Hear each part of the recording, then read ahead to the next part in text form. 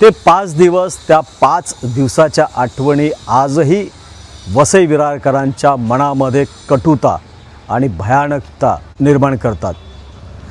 सध्या आता पाऊस ओसरलेला आहे, मात्र आता प्रामुख्याने घरामध्ये प्रचंड नुकसान नागरिकांचं झालेलं आहे आणि त्यामुळेच सोसायटीच्या बाहेर कचरा सध्या जमा झालेला आहे।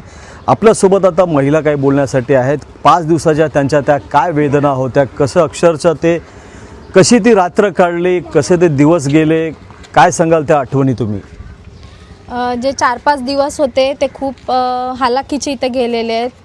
घरामध्ये खूप पाणी, कमरेच्या वरती पाणी इथे साठलं होतं, जे नेहमीपेक्षा जास्त पाणी घरात आलं होतं।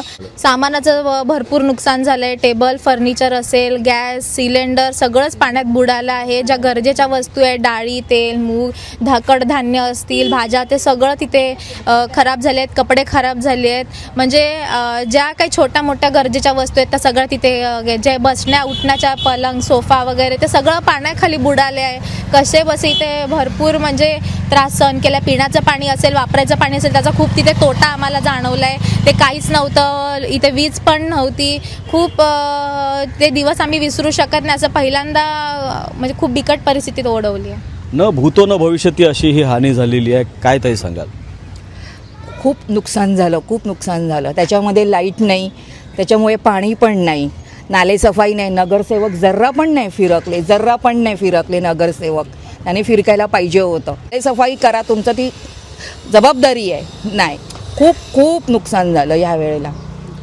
तर काय सांगलाल तुम्ही? 5 रात्र बेजबाबदारपणा।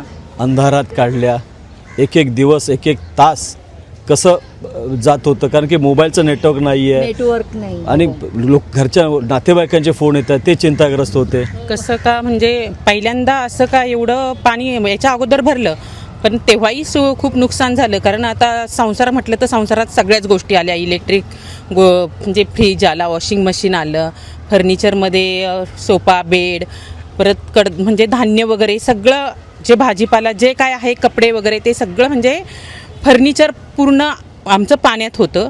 का किचन ओट्याच्या पर्यंत पाणी लागलेलं होतं म्हणजे। आणि त्यात हे 5 दिवसात म्हणजे अक्षरशः पिण्याचं पाणीसुद्धा कुठे मिळत नव्हतं। म्हणजे लोकांना घर पाण्यात आणि प्यायला सुद्धा पाणी नव्हतं। आणि लाईट पण नव्हती, मोबाईलला नेटवर्क नव्हतं। आता गावी वगैरे नातेवाईक असतात, त्याच्यामुळे नेटवर्क नसल्यामुळे सगळी अगदी काळजीत होती का म्हणजे घरातून कुणाचाच फोन लागत नाही, म्हणजे नक्की आहेत कुठे। कारण न्यूजला वगैरे सगळीकडे दाखवत होतं का वसई विरारमध्ये खूप पाणी साचलेलं आहे। आणि अशा परिस्थितीत आम्ही आमच्या टेरेसवरच सगळ्यांनी, ग्राउंड फ्लोअरच्या लोकांनी टेरेसवरच राहून हे 5-6 दिवस इतक्या वर्षाचा तो संसार तुम्ही उभा केलेला होता आणि तो असा पाण्यात जात होता, काय वेदना होत्या तुमच्या? वेदना आता खूप, आता काय कधी येऊ नकोसच वाटायला लागला। एवढं हे झालं तर काय करू, कसं करू, कुठे जाऊ, काहीच कळायला मार्ग नाही आहे। काही मिळत पण नाही, सगळं भिजलं। आता काय करू, कमाई पण नाही, कुठे जायचं, काय करायचं, म्हणजे खूप त्रास झाला। तुम्ही काय सांगाल? कारण की नुकसान झालं, त्रास खूप झाला। पाणी नाही, लाईट नाही, खायला प्यायला नाही, काही नाही। नुकसान लय झालं आमचं ह्या वेळेला, नाही तर इतके वर्ष झालं नव्हतं नुकसान। शादी किसकी थी? छोटे बेटे की थी शादी, सब कपड़ा वपड़ा सब लाए थे, करे थे, सब नुकसान हो गया, सब पानी में बह गया। राशन पानी सब बह गया, गंदा पानी में सब फेंकना पड़ा। कुछ नहीं, खाली हाथ खड़े थे, कुछ भी नहीं, लाइट नहीं, पीने को पानी नहीं, कुछ नहीं था। अब शादी का कपड़ा खराब हुआ, फिर से लेना पड़ेगा। इतने अरमान से वो कपड़े लिए थे, सब खराब हो गया, सब खराब हो गया। मी आता स्वतः जॉबवरून आलो, 2 दिवस माझं स्वतःचं घर बंद होतं। आत्ता मी 3 तास झाले साफसफाई करतोय घरात उंदीर आहे, किडे आहे, मकोडे आहे, सर्व आलेलं आहे। पाणी पण आलं, त्यात जनावर सुद्धा आले त्या घरात, म्हणजे प्रत्येकाच्या घरात भरपूर म्हणजे हालत खराब आहे या वसई विरारची। सर्व ह्याच्यासाठी तर नाले झालेच पाहिजे प्रत्येक ठिकाणी। नक्की भरपूर मोठ्या प्रमाणात ते नुकसान झालेलं आहे आणि लाखोचं नुकसान झालं, प्रत्येक घराचं झालेलं आहे वसई विरारकरांचं। काय अपेक्षा करणार मुख्यमंत्र्यांकडनं?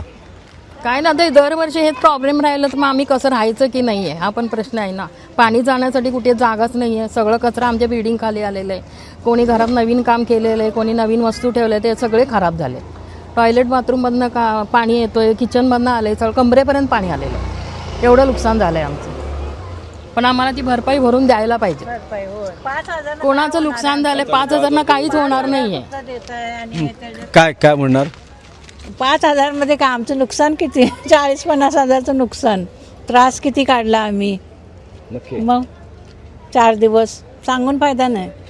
ते नक्कीच वसई विरारकरांचं सरकार मायबापला असंच मागणं आहे, म्हणणं आहे की या मायबाप सरकारनं अश्रू पुसायला तर आले नाही आहेत, मात्र सध्या जे नुकसान झालेलं आहे त्याची भरपाई तरी द्या किमान. आणि 5 आणि 10 हजार जर देणार असतील तर त्या पैशाचा काय उपयोग.